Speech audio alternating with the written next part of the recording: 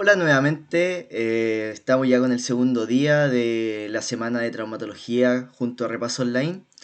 Me presento a los que no me conocen, nuevamente mi nombre es Ignacio Amaro, interno de sexto año, y hoy día vamos a ver el tema que es hernia del núcleo pulposo lumbar, un tema bastante frecuente y que también está incluido dentro de lo que son las patologías clínicas GES o AUGE, llamado antiguamente. ¿Qué es lo que vamos a ver hoy día? La hoja de ruta es primero ver el dolor lumbar, cómo vamos a clasificar el dolor lumbar, cómo lo vamos a ver cuáles son las definiciones, etiologías de dolor lumbar más frecuente y cuál va a ser el abordaje clínico, porque uno cuando está en la universidad le entregan información de las patologías, cuál es la definición de la patología, pero no enseñan cómo abordar un síntoma, cómo abordar un dolor torácico, cómo abordar una disnea, cómo abordar un dolor urinario o un dolor abdominal, etcétera. Entonces nosotros lo vamos a abordar directamente desde el síntoma del dolor lumbar, cómo ir desglosándolo para llegar a un diagnóstico.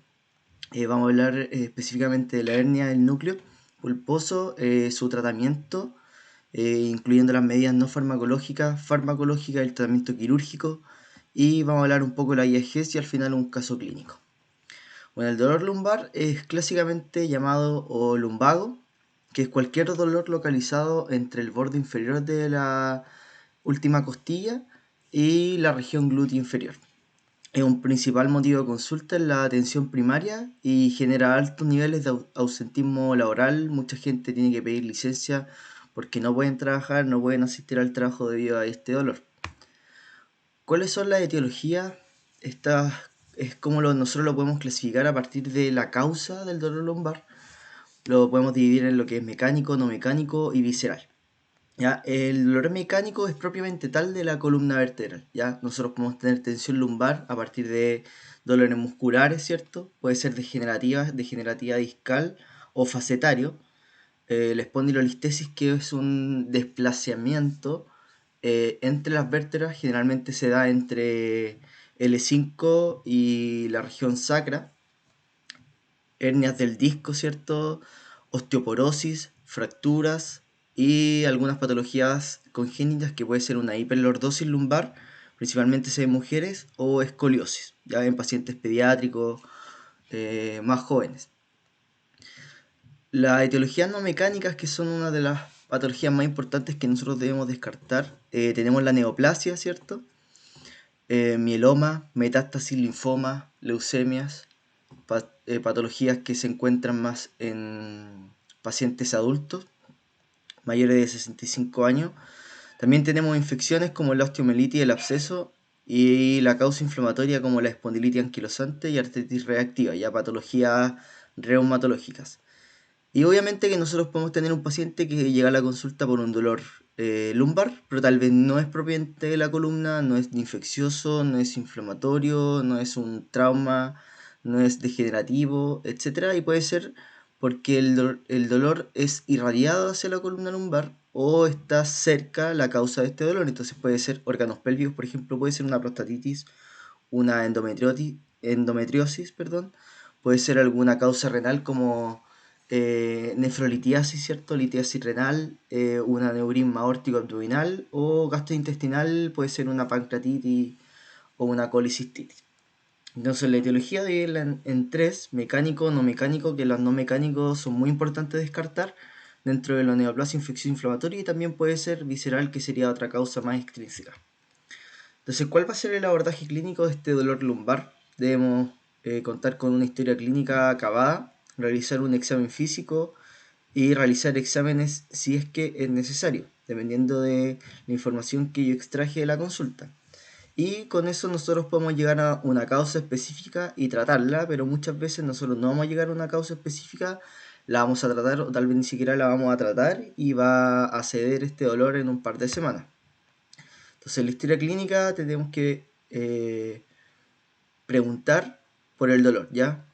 Desglosar lo que es el dolor: la aparición, localización, irradiación, como el carácter, intensidad, atenuación y aumento, y los síntomas asociados. En el tema de la aparición podemos preguntar a la paciente si fue inicio súbito. Puede ser algún trauma, la paciente se cayó, se acuerda de haber caído, o el dolor es un poco más insidioso que ha ido aumentando progresivamente en el tiempo. preguntarle si tuvo un dolor similar anteriormente. Puede ser que la paciente diga, sí, yo tuve anteriormente un dolor y finalmente tenía un cólico renal, ¿ya? Paciente que tenía un antecedente, un cólico renal, en vez de haber tenido un dolor lumbar y era un cólico o era una pielonefritis. Localización, en qué lugar se encuentra el dolor, si es bilateral, ¿cierto? La irradiación, puede ser que el dolor se irradie a la zona inguinal del paciente, a la región glútea o a las piernas, pie, etc. ¿Cómo es el carácter? ¿Es un dolor constante o es un dolor levemente intermitente que va y viene? ¿Cómo es la intensidad? ¿Es mucho? ¿Es leve? ¿Es poca? La funcionalidad del paciente, cómo va su día a día interaccionando con este dolor. ¿Cuáles son las actividades que aumentan y atenuan el dolor? Por ejemplo, el paciente, no, doctor, yo me agacho o me levanto en la mañana y me duele y me molesta. ¿Ya? Son cosas que nosotros debemos considerar al momento de realizar la historia clínica y los síntomas asociados que también son importantes para descartar algunas causas como infeccioso, que habíamos dicho, neoplásico y traumático, fiebre, dolor de cabeza, alteración del orinar o defecar. Podríamos pensar en un síndrome muy importante que es la síndrome de la caudequina, que lo vamos a ver más adelante. Paresia, parestesia, que el paciente narre que tiene hormigueos, por ejemplo, en las piernas. Y otras cosas muy importantes que nosotros debemos preguntar al paciente son las banderas rojas, que dentro de la presentación yo encuentro que es algo súper importante preguntar para que no se nos escapen diagnósticos que van a influir en el pronóstico del paciente. Uno son la edad extrema. Edad extrema me refiero a pacientes menores de 15 años y pacientes mayores de 65 años, donde si se nos presenta un dolor lumbar que ha sido progresivo y en un paciente joven, podría ser un cáncer, ¿cierto? Podría ser una neoplasia, al igual que en un paciente mayor de 65 años, que además tiene antecedentes de algún cáncer. Ojo, debemos preguntarlo. Si tiene antecedente del cáncer, que ya lo había mencionado, algún antecedente de caída, debemos descartar algún trauma, un dolor constante que no cede o no mejora con el reposo o que es de predominio nocturno. Tenemos que pensar en un dolor que sea más inflamatorio, infeccioso. Podría ser una causa reumatológica. Una deformidad evidente por un tema de la escoliosis, ¿cierto? Algún trauma. El uso de corticoides porque está asociado principalmente a la osteoporosis. Y la pérdida de peso, fiebre y compromiso del estado general, que también cae dentro de la neoplasia. Entonces, con estas banderas rojas, estas preguntas que yo dejo en el extremo izquierdo, vamos a descartar tres cosas. O nos va a hacer pensar que el paciente podría tener una causa de su dolor lumbar que no es mecánico, ¿ya? Puede ser inflamatorio, infeccioso, neoplásico o fractura. Tres cosas importantes, banderas rojas para descartar: fractura, neoplasia, inflamatorio, infeccioso. Entonces, luego de eso, nosotros vamos a realizar el examen físico que consta de 4 puntos importantes. Uno va a ser la inspección, el otro la palpación, el examen neurológico, que es muy, muy, muy importante que lo realicen, y la maniobra específica. Dentro de la inspección, nosotros lo que podemos ver va a ser un paciente que va a ingresar a la consulta, puede tener una fascia dolorosa, ¿cierto? Va a tener molestia al caminar, podría tener una deformidad si nosotros vemos específicamente la columna vertebral, una lordosis, una cifosis asociada, una escoliosis, marcha limitada, etcétera, ¿ya? Luego vamos a realizar la palpación, vamos a ver si el paciente tiene algún aumento de volumen, vamos a palpar los cuerpos vertebrales, vamos a ver si el paciente tiene dolor al momento de palparlo, que sea por ejemplo algo más muscular, algún aumento de temperatura que nos haga pensar en algo que puede ser infeccioso. Luego después en el tema del examen neurológico, esto es muy importante que nosotros vamos a hacer un buen examen neurológico acotado, ¿ya? No preguntar el estado de conciencia u orientación o algo que de repente no va al caso, pero lo que sí es examen neurológico orientado a la patología lumbar, debemos pensarlo, ¿ya?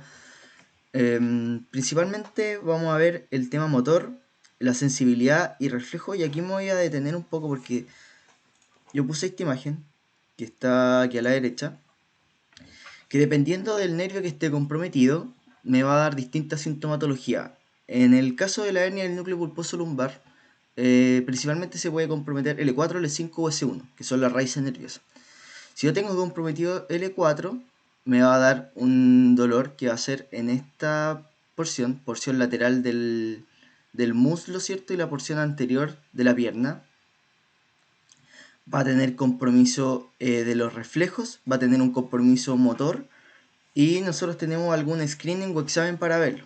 Entonces, voy a ir uno por uno. L4, L5, S1, esas son las irradiaciones del dolor, ¿cierto? Va de lateral hacia anterior y después hacia posterior.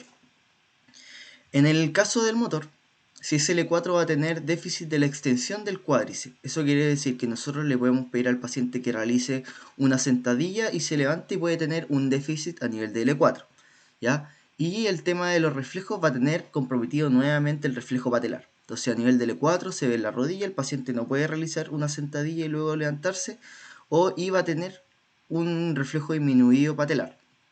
En el caso de L5, esta irradiación en la parte posterior del glúteo, luego va por la parte posterior del muslo y parte lateral y posterior, ¿ya? Y llega hasta parte anterior de la pierna, ¿cierto? Y del pie. ¿Qué es lo que nosotros vamos a tener el déficit motor? Va a ser la dorsiflexión del tobillo, ¿ya? Dorsiflexión del tobillo, entonces le podemos pedir al paciente que camine con los tobillos, ¿cierto? Y el paciente podría tener un déficit. Eso nosotros lo vamos a hablar a la marcha. Reflejos, nosotros no podemos evaluar un reflejo profundo del osteotendineo del E5, pero eso es lo que nosotros tenemos nuevamente. Déficit motor de la dorsiflexión y el screening sería que el paciente camine en los tobillos. En el caso de S1, que esté comprometido S1, principalmente es toda la región posterior, ¿ya? Y parte lateral del borde del pie, ¿ya? Vamos a tener el déficit motor, va a ser una déficit de la flexión plantar, ¿ya? Va a ser hacia el otro lado. L5 sería dorsal y S1 sería plantar. Entonces, ¿qué es lo que le vamos a ver al paciente? Que camine en punta de pies, ¿ya? Vamos a hablar con punta de pie. Y el reflejo que estaría disminuido sería el reflejo aquiliano, por la parte posterior del pie. Entonces, nuevamente, motor, L4 extensión del cuádriceps, L5 motor dorsiflexión dorsal y S1 es una flexión plantar, déficit. Y el screening, L4 una sentadilla que el paciente se levante y no va a poder realizarlo, L5 que el paciente camine con los tobillos y S1 que el paciente camine con la punta de pies. Y los reflejos en L4 el reflejo patelar, L5 no lo puedo hablar y S1 principalmente el reflejo aquiliano. ¿Cuáles son las maniobras específicas que tengo? Son tres: la SACH, TEPE y Bragard. ¿Ya? El TEPE es el que tiene mayor sensibilidad y especificidad para yo aumentar mi probabilidad pretest. Eso quiere decir que si yo tengo al paciente que le realicé la historia clínica, le realizo el examen físico y tengo pensado en un diagnóstico de una hernia o que tiene un compromiso radicular de alguna raíz nerviosa, el TEPE es el que si yo tengo el TEPE positivo me va a aumentar más la probabilidad que el paciente tenga esa patología, ¿ya?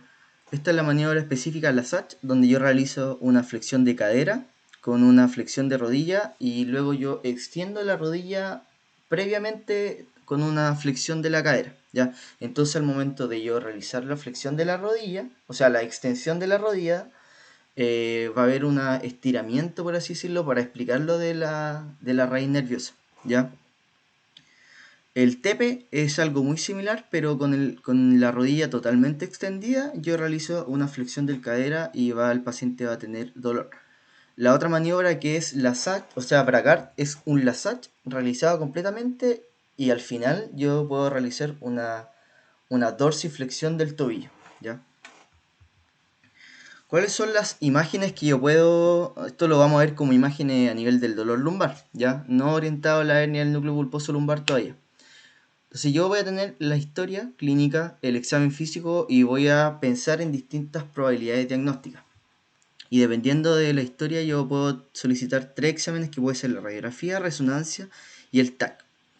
Pero cada una tiene indicaciones de imágenes. Eso quiere decir, si yo tengo banderas rojas, ojo, si tengo una bandera roja que me puede hacer pensar en un cáncer, podría empezar tomándole un TAC al paciente.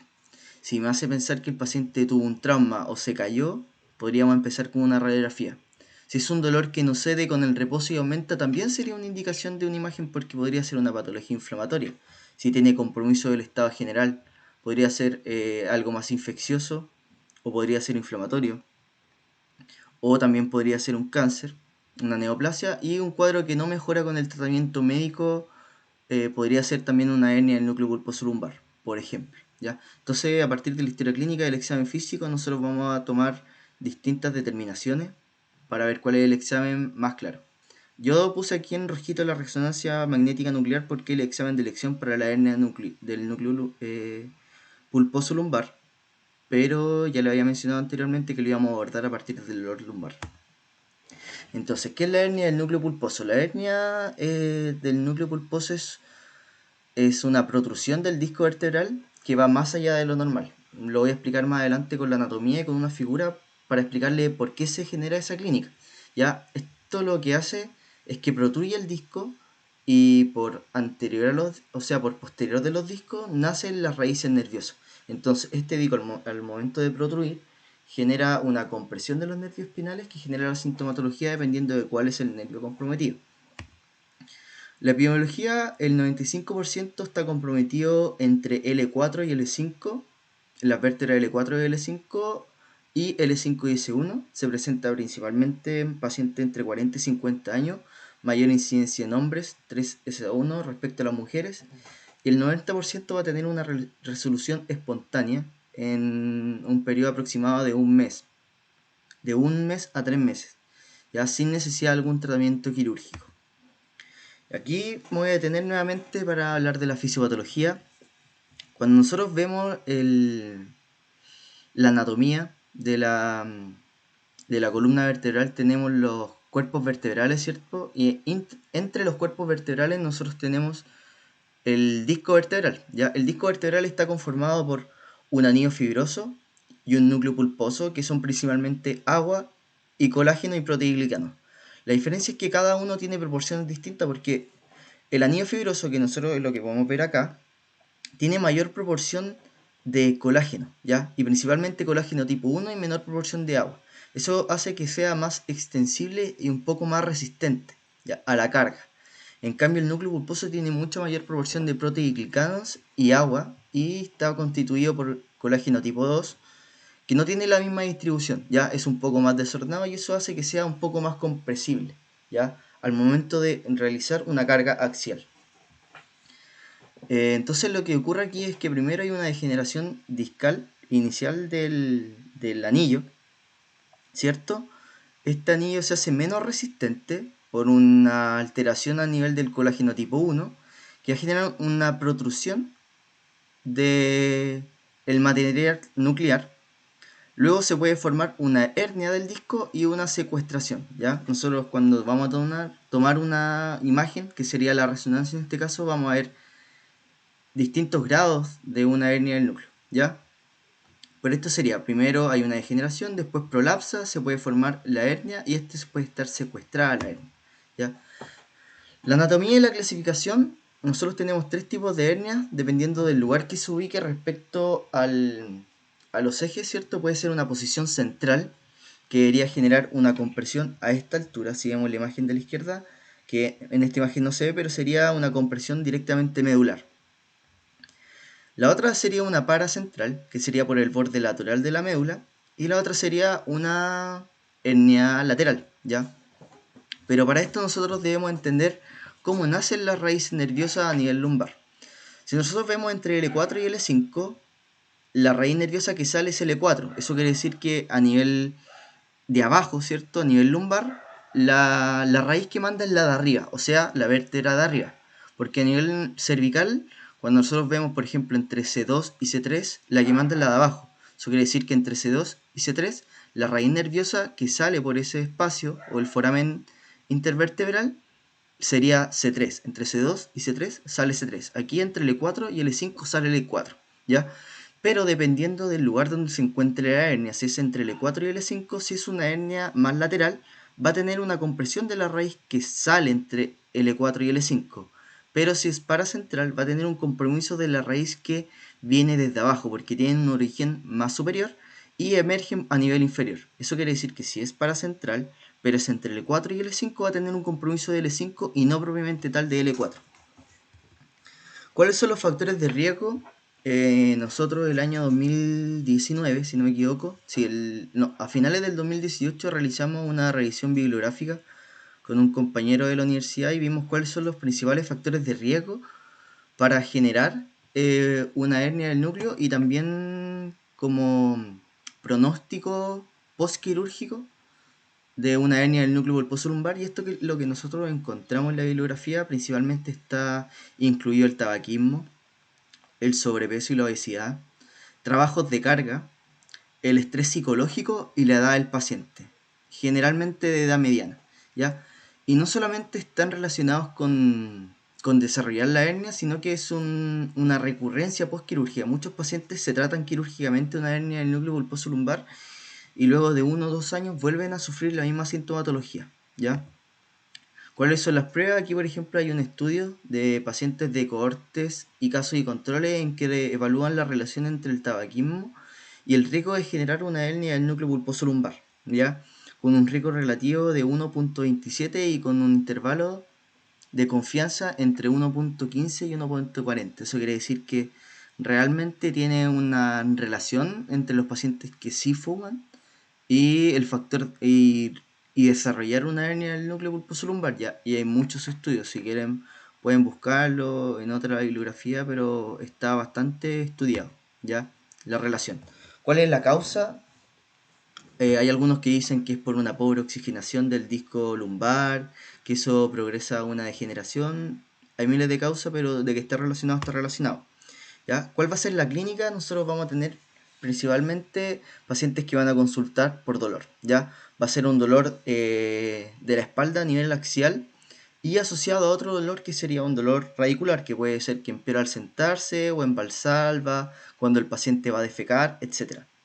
Puede estar asociado a qué? A parestesias y paresias, en glúteos, en muslo, en pierna o en el pie, dependiendo, recuerden, el compromiso o el nivel del compromiso o qué raíz va a estar comprometida. En el examen físico vamos a ver disminución de la sensibilidad dependiendo de los dermatomos y la raíz comprometida, disminución de la fuerza motora, que lo pueden evaluar con la escala que ustedes quieran. Puede ser la MRC, que está orientado dependiendo de si tiene fuerza contra la gravedad o contra una resistencia. Y disminución de los reflejos osteotendinos. Recuerden que puede ser L4 a nivel de la rodilla, L5 que no se puede evaluar y S1 que puede ser el reflejo aquiliano. Y las pruebas específicas, la SACH, TP, TP contralateral y Bragard, y la que más nos servía a nosotros era el TP. Pero, importante mencionar que hay un 1% de la hernia del núcleo pulposo lumbar que se pueden presentar con un síndrome que es la caudequina, que es una emergencia, que se presenta con un dolor bilateral, debilidad, anestesia en silla de montar y síntomas intestinales y vesicales. Principalmente esto de síntomas intestinales y vesicales se presenta como incontinencia urinaria o incontinencia fecal, o en un paciente masculino se puede presentar como una disfunción eréctil. ¿Cuáles son los diagnósticos diferenciales de dolor radicular? ¿Ya? En la diapositiva anterior habíamos hablado de diagnósticos diferenciales como dolor axial lumbar, ¿ya? Mecánico, no mecánico o visceral. Acá estamos hablando de un dolor radicular. Eso quiere decir que es un dolor que se irradia y que sigue el trayecto de la raíz nerviosa. Extraespinal puede ser artrosis de cadera, una lesión por compresión del músculo piriforme. Recuerden que en la anatomía, cuando uno ve el origen del nervio ciático por superior, va el músculo piriforme, entonces puede haber una compresión del músculo piriforme al nervio ciático. Puede ser una endometriosis en pacientes femeninas que genera una compresión del plexo, alguna masa intrapélvica o algún atrapamiento nervioso a lo largo de todo su recorrido. En la columna tenemos la raquiestenosis, ¿cierto? Que es una disminución del espacio por donde emergen las raíces nerviosas, la espondilolistesis, que era el desplazamiento vertebral que ya lo había mencionado, quistes sinoviales, infecciones y las 3 patologías que debemos descartar, ¿cierto? Tumoral, traumática e inflamatoria, que esta inflamatoria también incluye las infecciosas. El examen complementario, aquí el examen de elección para descartar una resonancia magnética, o sea, una hernia del núcleo pulposo, es la resonancia magnética nuclear lumbar. Ya, es el examen de elección, es el gol estándar. Y lo bueno que tiene este examen es que no utiliza radiación ionizante, tiene buena visión de las partes blandas y podemos descartar las tres patologías: infección tumoral, radicular y también traumático. Pero debemos tener claro tres puntos. Uno, debemos correlacionarlo con la clínica, porque si nosotros le tomamos una resonancia a pacientes de mediana edad, podemos ver que pueden tener una hernia del núcleo pulposo lumbar, pero no necesariamente va a dar clínica, ¿ya? Son hallazgos frecuentes en pacientes asintomáticos y no es necesario iniciar el tratamiento. O sea, si yo tengo la clínica, el examen físico completo y dice, no, tiene una hernia del núcleo pulposo lumbar y lo pienso, no es necesario para iniciar el tratamiento, ¿ya? Podría ser que yo inicie el tratamiento y si el paciente no mejora, indicarle una resonancia, ¿ya? Esta es la resonancia normal lumbar, donde podemos ver los cuerpos vertebrales, ¿cierto? Los discos intervertebrales, la médula, ¿cierto? Y en este caso vamos a ver la diferencia: cuerpos vertebrales nuevamente, ¿cierto? Vamos a ver los discos, la médula, pero ojo, aquí a nivel de L5 y S1 vemos esto, ¿cierto? Que es una protrusión del disco, ¿ya? Que está generando una compresión. ¿Cuál es el nivel? No lo sabemos. Me refiero a cuál es la anatomía, si es paracentral o lateral, pero sí podemos ver que es a nivel de L5 y S1 y la clínica nos podría orientar si es paracentral o lateral. ¿Cuáles son las indicaciones de imagen? Que esto es lo que nos entrega la guía GES. Dice, si yo tengo un dolor radicular que no responde a 6 semanas de tratamiento médico, le podemos indicar una resonancia magnética nuclear. Si el paciente tiene un déficit neurológico, ya sea motor o sensitivo, que es progresivo, también podemos indicarle una resonancia. Si es un dolor que es intratable, incluido opioides, también lo podemos indicar. Y si tiene una sospecha de patología grave, que son las banderas rojas que le había mencionado que era muy importante saberlas de memoria. El tratamiento aquí es escalonado. Empezamos con las medidas generales, el manejo farmacológico y el manejo quirúrgico. Dentro de las medidas generales, lo que recomienda es no indicar reposo absoluto para los pacientes. Si el paciente llega a mi consulta y me dice, doctor, tengo un dolor lumbar, tiene la historia completa, todo, y yo digo, ya, el paciente tiene un dolor lumbar y lo más probable es que sea una hernia. O independiente de eso, que sea un dolor lumbar, para cualquier tipo de dolor lumbar no está indicado el reposo absoluto. Sí le puedo indicar licencia médica, pero no indicarle que el paciente haga reposo en cama, ¿ya? Pacientes que toman reposo en cama tienen peor evolución de su dolor y no mejoran, ¿ya? No mejoran realmente. Entonces lo que nosotros debemos hacer es indicarle que mantenga las actividades de la vida diaria dentro de lo que la sintomatología se lo permita, ¿ya? Bajar de peso y tratamiento kinesiológico lumbar con especialista que demuestre que tiene una disminución de los síntomas a corto plazo en 3 meses, ¿ya? ¿Qué recomienda la guía NIS? La guía NIS es una guía que es un estudio en verdad que realizó el Reino Unido relacionado al dolor lumbar y ciática en mayores de 16 años, ¿ya? Y que entregó ciertas recomendaciones para dolor lumbar a grandes rasgos y lo que se debe hacer y lo que no se debe hacer, ¿ya? Punto número uno, lo que no debemos realizar es tomar imágenes que son innecesarias, ¿ya? Si el paciente no tiene nada grave o no tiene tanta disfuncionalidad, no sería necesario al paciente indicarle una imagen, ¿ya? O una resonancia. No, tenemos que siempre hablar del costo-beneficio, no indicar elementos ortopédicos como fajas lumbares que en realidad no tienen una demostración de que sirvan, no tienen evidencia. No recomendar tampoco tracciones lumbares, acupuntura o electroestimulación, que es bastante antiguo esta medida y ya actualmente no se utiliza. Lo que sí debemos hacer con él es conversar, ¿ya? Mencionarle cuál es la patología que tiene, cuáles son las medidas que nosotros le vamos a dejar y que el paciente entienda, ¿ya? Otro, mantener activo, que ya lo había mencionado anteriormente, y la terapia manual, ¿ya? La terapia manual a nivel kinesiológico es bastante amplio, pero el especialista sabe lo que debe hacer con el paciente dependiendo de cuál es la causa. Las medidas farmacológicas debemos orientarnos si el paciente es un dolor agudo o es un dolor que es crónico, ¿ya? Si el paciente llega a la consulta y es un dolor que es agudo, que empezó recientemente, podemos indicarle AINES, ¿ya? Que sería la primera medida. AINES disminuye el dolor lumbar, pero son limitados beneficios en el dolor radicular. Porque recuerden, si nosotros tenemos una hernia del núcleo pulposo lumbar que tiene una irradiación, tenemos un dolor que sería axial lumbar y también tendríamos un dolor radicular. Para el dolor radicular no tiene mucha evidencia, pero para lo que es el dolor lumbar sí la tiene, ¿ya? Debemos siempre indicarle las dosis más bajas y el menor tiempo posible, y recuerden que tenemos ibuprofeno, naproxeno, diclofenaco, etcétera, pero debemos asociarlo a un protector gástrico dependiendo de los factores de riesgo del paciente. Y también tenemos el otro medicamento que son los Coxib, Celecoxib, que vienen en presentaciones de 200 miligramos, que también lo podríamos indicar por el tema de la protección gástrica. Los opioides también tienen evidencia por periodos de 2 semanas y dolores agudos, también la dosis más baja del menor tiempo posible.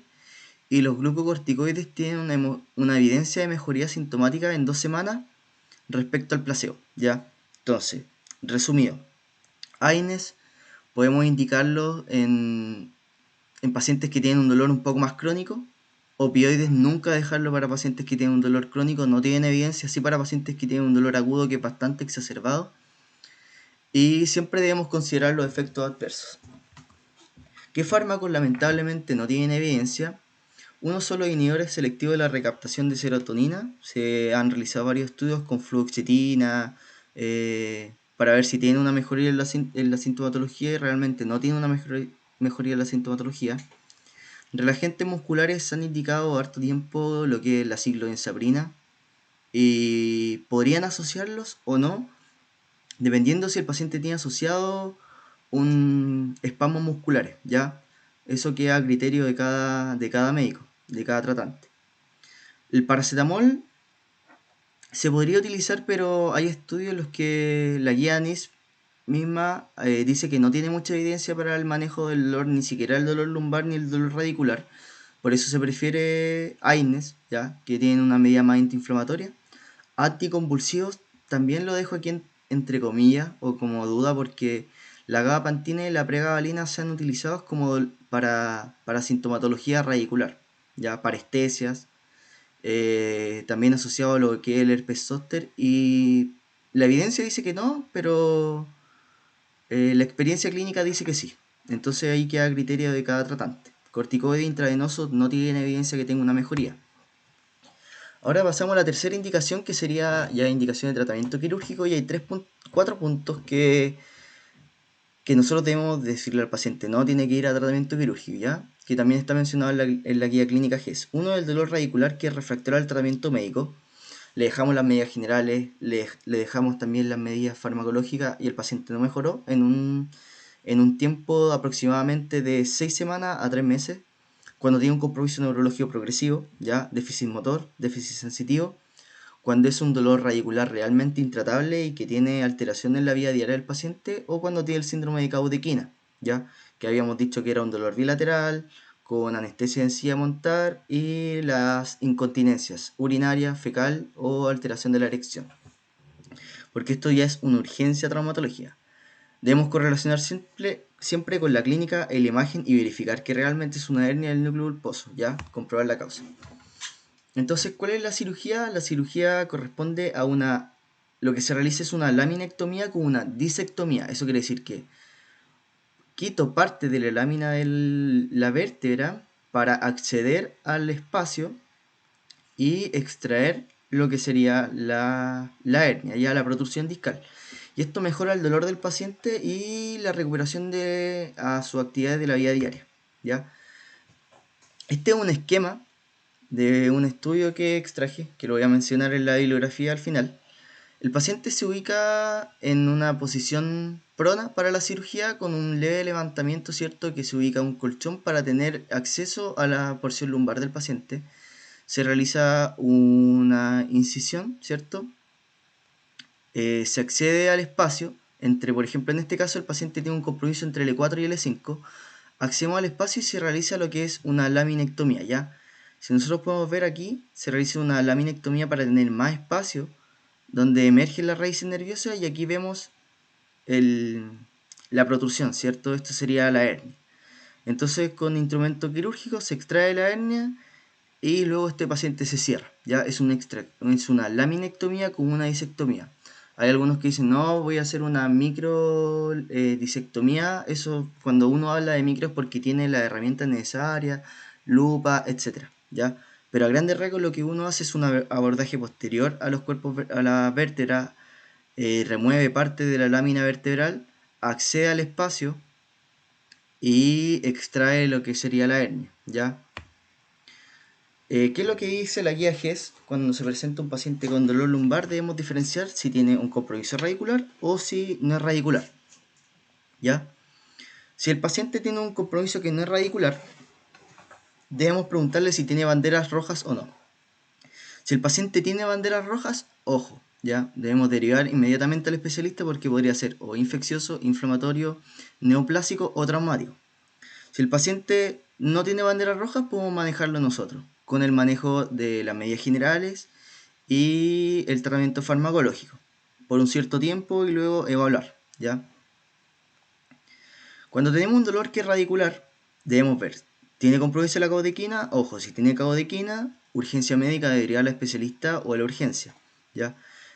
Si tiene un dolor radicular y no es una caudequina, podemos iniciar el tratamiento por un médico que no sea especialista sin necesidad de indicar una imagen previa, ¿ya? Sin indicar una resonancia. Entonces, si nosotros tenemos un dolor que es radicular, que no es una caudequina, le indicamos el tratamiento por no especialista y vemos cuál es la respuesta. Si la respuesta no es favorable, luego de las 3 semanas, le realizamos un estudio, una resonancia magnética, la vemos y lo derivamos al especialista, porque podría ser una hernia y ahí vemos si el especialista, el traumatólogo dice que realmente, o el neurocirujano dice que debemos realizarle una intervención quirúrgica o no. Y en el caso de que sea una eventual cirugía es porque se confirmó que tiene una hernia del núcleo pulposo lumbar y es sintomática, ¿ya? Este es un pequeño caso clínico. Es un hombre de 35 años que se presenta con dolor en la espalda y en la pierna derecha. Durante los últimos 4 meses ha tomado medicamentos antiinflamatorios y ha realizado ejercicios por su cuenta. Si bien su dolor de espalda ha mejorado levemente, el dolor de su pierna sigue siendo intenso e interfiere en su capacidad para dormir y trabajar. El examen revela una elevación positiva de la pierna recta ipsilateral, que sería el TEPE, ¿ya? Y contralateral, que sería un TEPE contralateral a 30 grados. Ha disminuido levemente la fuerza de la dorsiflexión del dedo gordo, ¿ya? Que nos podría hacer pensar que sería una alteración de la dorsiflexión, ¿cierto? Que recuerden que la raíz L5, y hay un pequeño parche de disminución de la sensibilidad en el dorso del pie, que también es L5, ¿ya? Porque recuerden que ese 1 era por el borde lateral de la piel, del pie, ¿ya? Y L5 es por la cara anterior. Entonces, ¿qué es lo que nosotros vemos en esta imagen? Es una hernia del núcleo pulposo lumbar a nivel entre L4 y L5. Y dependiendo si esta era paracentral o lateral, era si comprometía L4 realmente o L5, ¿ya? Si nosotros estamos pensando, según la clínica, que tiene un TP positivo, contralateral también positivo, ha disminuido la fuerza de la dorsiflexión, que eso es L5, y además que hay un pequeño parche de disminución de la sensibilidad en el dorso del pie, también es L5, podríamos pensar que es paracentral porque tiene compromiso de la raíz emergente L5, pero que sale entre L5 y S1, ¿ya? Aquí nuevamente tenemos la imagen, ¿ya? Aquí vemos que tiene una hernia que tiene un compromiso que es un poco más paracentral, ¿ya?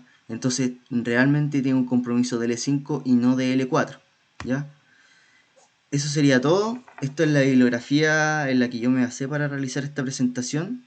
Recuerden la página que les mencioné que es OrthoBullet para estudios en su internado o cuando estén pasando por la práctica de traumatología. Y muchas gracias.